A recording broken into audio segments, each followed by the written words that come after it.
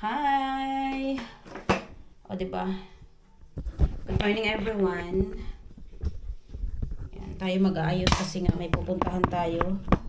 Pero first of all, hindi ko na po lalagay yung camera ko.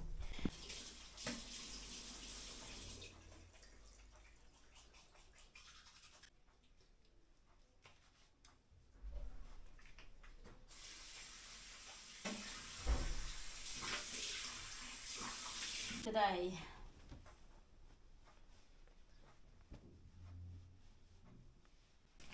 charan! O, diba?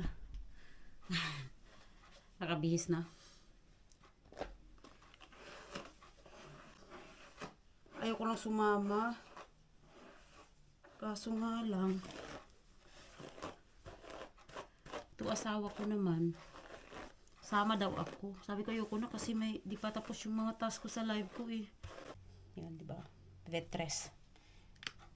Talagang bumili talaga ako. Mahal na palang Vetres, no? Sobrang mahal na, nasa 300 na to. Ito kaliit lang. Ito kaliit, 300 na sa Pilipinas. Dati binibili ko lang yan ng mga 30, 40. Dati. Ngayon, wala na. Ganda mahal-mahal na. Kasi, yung Vitres, hiyang yan sa ano ko, hiyang yan sa buhok ko. Super, para sa akin, Vitres talaga ang ano ng buhok kasi nung nag-aaral ako ng college. Vitres na talaga yung gamit ng buhok ko. Pinagtsatsagan ko, meron yung Vitres na cream, meron yung Vitres na ganyan. So, mas mura yung cream kaysa ganito. Parang serum. Diba? So, anyway, pupunta kasi kaming bangko kasi gawa ng ito, magkwento muna ako guys, no? Makinig. Pupunta kaming bangko ngayon kasi kasuyin namin yung bangko ng biyanan ko. Kasi nga, nung nakaraang 2 weeks ago,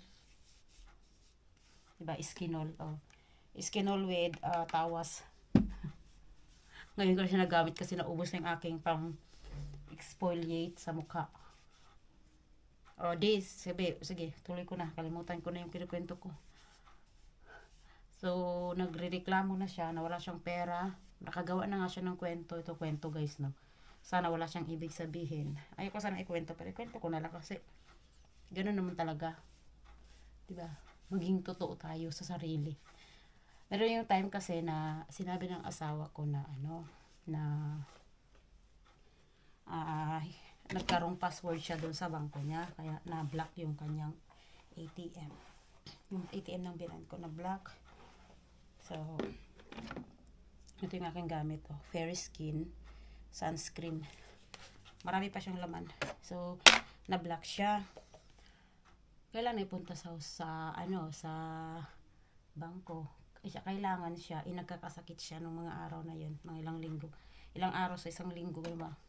Kaya di ka nakapunta, tapos busy din asawa ko sa trabaho. So, ang ganda niya guys, friend ko ang nag-recommend nito. So, ngayon, kumain kami that time. Ewan ko kung ano sumaltik sa utak niya. At nasabi niya na pumunta kasi ng park last day, ganun. Mga 2 days ago punta sa park. Tapos bigla niyang nabanggit yun. Mayroon din nagkwento sa kanya, ewan ko kung yung biyanan ba nung manugang sa kapitbahay namin na nagsabi na bakit daw wala yung pera ng matanda. Ibig sabihin, kunwari yung gilin ay yung manugang, kinikwento niya na yung ang nagkukwento yung biyanan nang nagkukwento.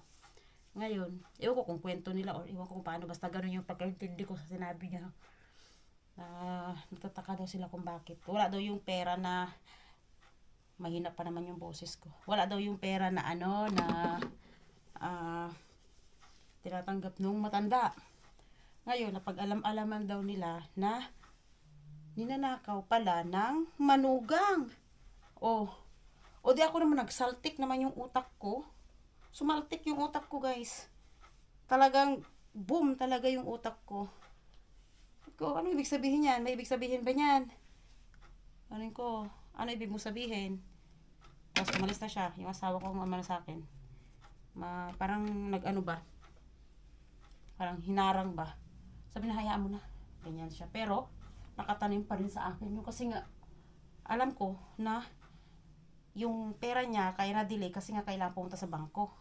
So, sana, sabi ko, walang ibig sabihin yung sinabi niya gano'n. Ano ibig sabihin sa akin? Ano ibig niyang sabihin sa akin? Magnanakaw. Wag na wag ako. Kasi hindi ko talaga yan, anuhin. Na, never ako ako nahiya nga akong humingi sa kanya. Tapos sabi-sabihin niya sa akin, sabi-sabihin niya sa akin na, yung pera niya, pera naming lahat. Hindi, nahiya nga ako. Sabi ko nga sa asawa ko na wag niyang kunin yung pera ng nanay niya. Ba't ako magtatrabaho? Diyos ko, bakit ko pag nanakawan yung tao? My God. Hindi ko nga mahawakan yung pera niya. Hindi ko nga mahawakan yung pera ng asawa ko. Tapos sabi niya ganun. Wag na wag ako.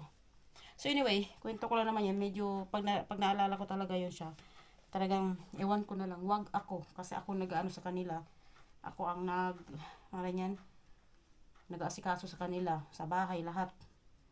Basta donyo sila. Wag ako talaga. Wag lang akong pagbintangan. So, ready na ako, guys. Ayan.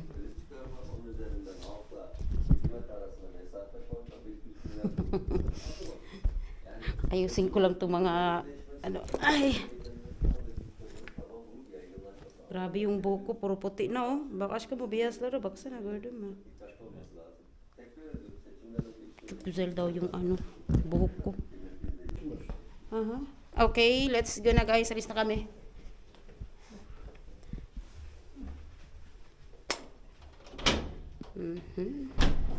Let's go.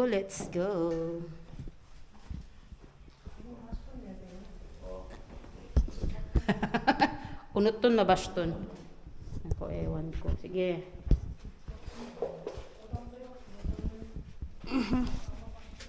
Nalabas na nga. Ganda ng weather, guys. Pero nag-jacket ako kasi nga isa lang yung damit ko, tapos medyo manipis pa. Wala ang baston. Yung kanyang tungkod. Tuvalette biliyorum ki, yok mu? Nerede anne? Nerede? Ha burada aşkım, tamam. Kim açıyor orada? Aysel'in açmış. Hayır ya, sen koydun anne, sen yemek yapıyorsun. Ben koydum oraya canım. Allah Allah, Aysel'in na şimdi. Baksana nasıl bunu ya?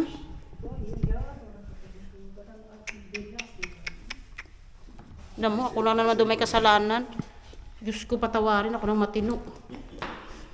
Aysel koymuş. Wala. Diyos ko day. Ako na may kasalanan na naman. Lagi na lang niya akong binabato. Talaga itong biyanan ko, Diyos ko. Patayaw. Hindi niya mahanap. Lagi. Mahal na mahal talaga ako ng biyanan ko, promise. Diyos ko, pagtripan niya ako. Ayaw niyang accept sa sarili niya na siya naglagay doon. Hindi ko rin pinapakialaman yung baston. Heidi! Ang ganda ng weather. Tingnan nyo guys. Diba ang ganda ng weather?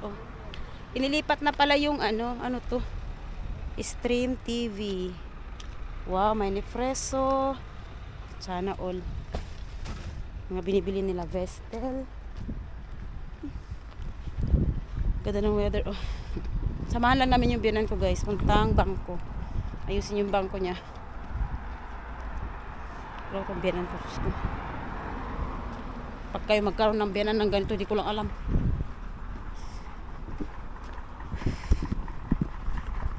Dito kami sa Budanya.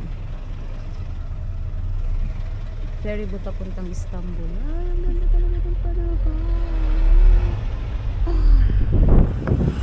Ataturk.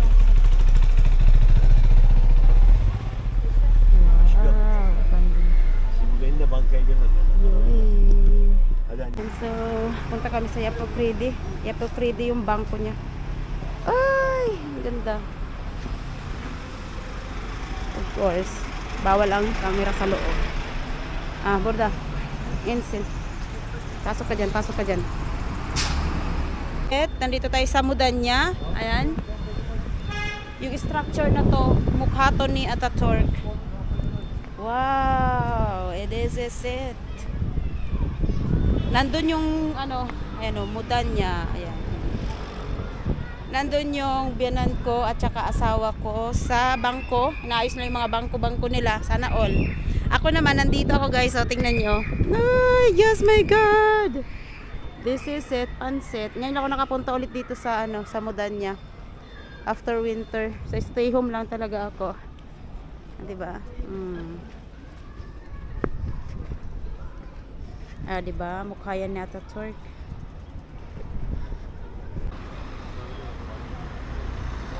So, tapos na sila. Natapos na sila sa wakas. Hindi ako makatawid. Tawid muna ako, guys. Yan. So, yan silang dalawa. Oh. Bittime! Tapos na siguro. Nakuha na siguro pera niya. Bittime, Anne. Ashkam. Tama, haydi. Gidili mo sa man. Uwi na kami, guys. Iwan ko sa niya pinarking yung kanyang sasakyan. Sila, diba? Binigyan niya ako ng kayamanan, day. Ayan, day, bigay sa akin ng biyanan ko, day, pang bayram ko daw. Sige. Tingnan natin kung saan makakaabot yan. Away-awayin niya ako. Away-awayin ko din siya. Yeah, ayun. Wow, biktim eh. Ubos na daw. Push. Sik. Yeah, like that. Just push it and close. Yeah.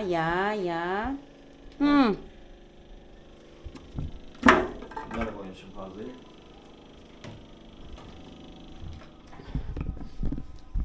Hindi ko in-expect. Namigay siya ng kayamanan.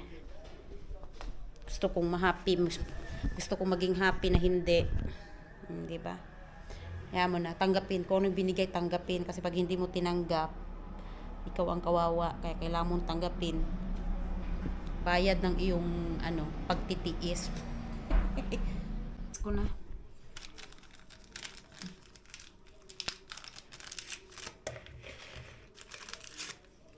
Tapos nito, gawa tayo ng lumpia.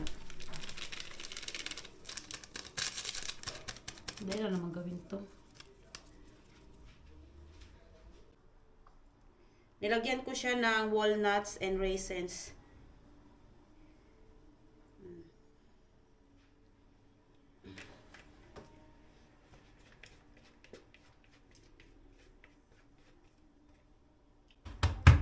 Tinatagtag ko siya kasi di ba may bubbles yan siya. Okay na yan. Ganito na siya kaliit, Salang na natin.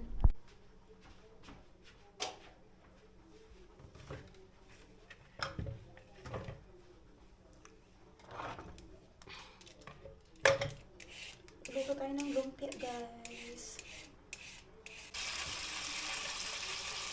Alam niyo ba, sabi ng asawa ko, pag nagba-vlog daw ako, kailangan nakatingin ako sa sa camera.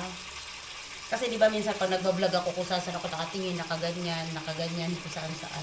Sabi niya sa akin, dapat daw pag nagba-vlog ako, nakatingin ako sa camera. So, sasanayin ko ngayon ang sarili ko na tumingin sa camera, o di ba? Nag-comment na yung asawa ko kasi nga di nga ako mahilig tumingin-tingin sa camera. Kasi nga di ba? Minsan pag nagba-vlog, nakatingin ako sa kasi iniisip ko yung sasabihin ko. So, ito natin gagawin. Luto-luto tayo ng lumpia, guys. Kasi nga, na-miss ko na ang lumpia. Yun, diba? Yan, napaka-easy lang naman. So, first, tinatanggal ko yung gilid-gilid. So, gumagamit ako ng peeler. Kasi mabilis na siya ayan, Diba? Bilis na niya tanggalin. Ganyan. Diba? Tips ko yan sa inyo. More gulay, more nutritious. So, yan. Tapos, meron akong 10 lira binili ko. So, tapon natin yung ibang balat kasi nga nangingitim. So, yan,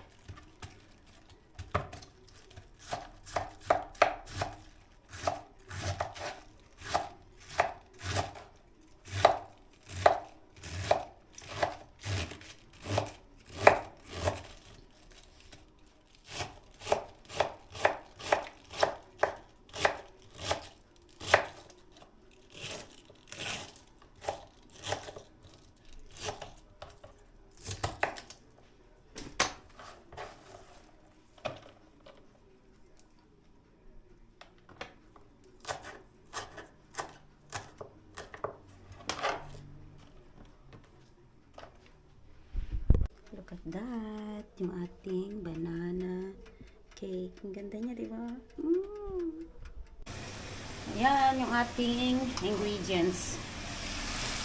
Oh, di ba? Biglang hawi ang utak ko, guys. Nilagyan ko rin siya ng chicken. Gisa-gisa lang. And then, na kami. I-reheat ko na lang yung ating soup. Yan lang po yung magiging dinner namin. Ito yung magiging dinner namin. So, stay ka lang dyan para konti yung mantika. Yan. So, that's all, everyone. Gabi na. Tingnan nyo. Gabing-gabi na, oh. So, diba? Madilim na, guys.